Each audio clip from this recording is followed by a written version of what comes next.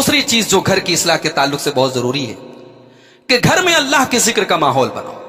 چھوٹی چھوٹی دعائیں ہیں جو آپ خود پڑھیں اور بآواز بلند پڑھیں. کھانا کھانے کے ٹائم بیٹھے بسم اللہ پڑھیں. کھانا کھا لیں الحمدللہ حمدن کثیرن طیبا مبارکن غیر مخفی ولا مودع ولا مستغنن عنہ ربنا. یہ دعا اللہ کے نبی پڑھتے تھے کھانا کھانے کے بعد. آپ بآواز بلند پڑھیں, بچے یاد کر لیں گے. چھوٹی چھوٹی دعائیں ہیں. کپڑا پہننے کے ٹائم کی دعا ہے. اسی طریقے سے گھر سے جب نکلنے لگے اور گھر میں داخل ہونے لگے اللہ کا نام لے لیں. گھر میں داخل ہو رہے بسم اللہ پڑھ کے داخل ہو. کیا فائدہ ہے اس سے؟ ایک تو گھر میں اللہ کا ذکر ہو رہا ہے. سب سے بڑی بات ہے بھائی آپ کے گھر کی آکسیجن ہے اللہ کا ذکر. جس گھر میں اللہ کا ذکر نہ ہو رہا ہو وہ گھر ڈیڈ ہے, وہ گھر مردہ ہے وہ. اور یہ بات میں نہیں کہہ رہا ہوں, یہ بات جناب محمد رسول اللہ صلی اللہ علیہ وسلم فرماتے ہیں. آپ نے فرمایا کہ جس گھر میں اللہ کا ذکر کیا جائے وہ گھر زندہ ہے, اور جس گھر میں اللہ کا ذکر نہ کیا جائے وہ گھر مردہ ہے. صحیح مسلم کی روایت ہے.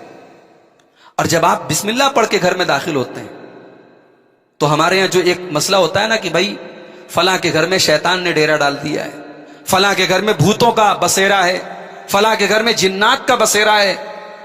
یہ بسم اللہ پڑھ کے آپ داخل ہوں گے.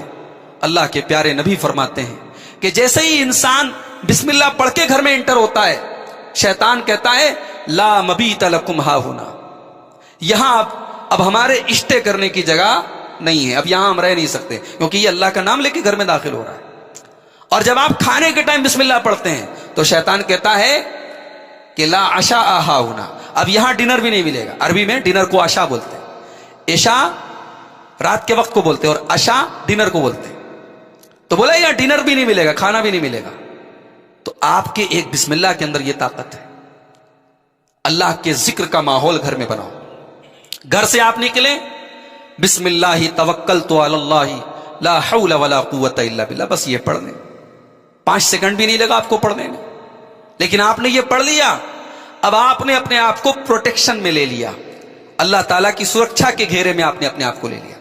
اللہ کے نبی فرماتے ہیں کہ جب یہ دعا پڑھ کے بندہ نکلتا ہے بسم اللہ توکلت علی اللہ لا حول ولا قوت الا باللہ, تو فرشتے جو ہے وہ کہتے ہیں کہ اب تو اللہ کے حفاظت کے دائرے میں آ گیا. قد کفیت و وقیت, اب تو اللہ کی حفاظت میں اور اللہ کے ڈیفنس میں, اللہ کی سیکیورٹی میں تو آ گیا.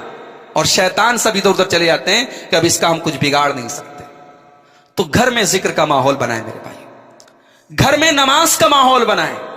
ٹھیک ہے مرد کے لیے نماز مسجد میں ہے, مگر اللہ کے نبی نے یہ بھی وضاحت کی ہے کہ آدمی کی سب سے افضل نماز اس کے گھر میں ہے. اب یہ بڑے غور کرنے کی بات ہے. آج تک تو ہم لوگ یہی جانتے تھے کہ مرد جو ہے وہ جماعت سے جا کر کے مسجد میں نماز پڑھے, مگر اللہ کے رسول فرماتے خیر صلاۃ المرء صلاۃہ فی بیتہ, آدمی کی نماز سب سے بہتر اس کے گھر میں ہے. الا المکتوبہ, فرض کو چھوڑ کر کے. نفل نمازیں سنت نمازیں جہاں تک ممکن ہو گھر میں آپ پڑھیں. فجر کی نماز میں آپ جا رہے ہیں گھر میں 2 رکعت پڑھ کے آپ مسجد میں داخل ہوں. ظہر کی نماز کے لیے آپ جا رہے ہیں گھر میں اذان ہو رہی ہے وضو کر لیں 2 رکعت کر کے 4 رکعت آپ سنت گھر میں پڑھ لیں, پھر مسجد میں جائیں آپ, پھر فرض کے بعد کی جو ہے وہ مسجد میں آپ پڑھ لیں. تو گھر کو نماز سے زندہ رکھیں. اور گھر میں جب آپ نماز پڑھیں تو ماؤں بہنوں سے بھی کہنا چاہوں گا کہ آپ اپنی بچیوں کو بھی نماز کی عادت ڈلوائیں. ہمارے ہاں تو بڑی لاپرواہی ہے. نماز روزے کے بارے میں لاپرواہی ہے.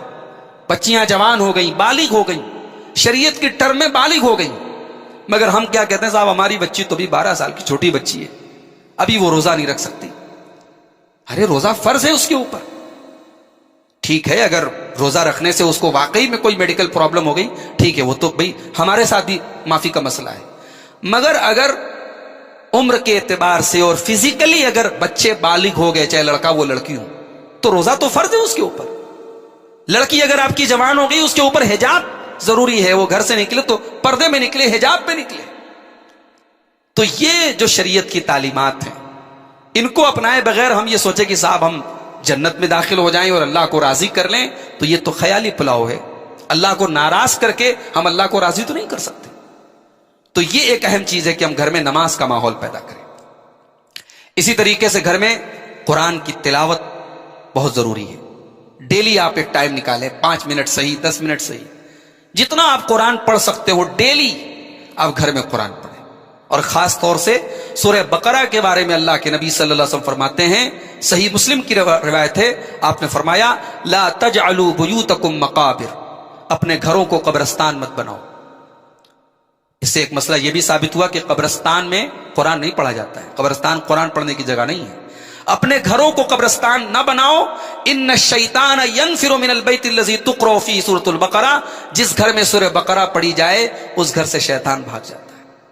بھائی پوری سورہ بقرہ پڑھنا تو مشکل ہے, لمبی ہے, 2.5 پارے کی ہے, تو آپ اتنا تو کر سکتے ہیں, سورہ بقرہ کی آخری 2 آیتیں, آمن الرسول سے لے کر کے آخر تک 2 آیتیں ہیں, وہ 2 آیتیں آپ پڑھ لیں. اللہ کے پیارے نبی فرماتے ہیں وَلَا يُقْرَعَانِ فِي دَارٍ ثَلَاثَ لَيَالٍ فَيَقْرَبُهَا الشَّيْطَانُ, اگر کسی گھر میں 3 دن تک سورہ بقرہ کی یہ 2 آیتیں پڑھی جائیں تو شیطان اس گھر کے قریب نہیں آ سکتا.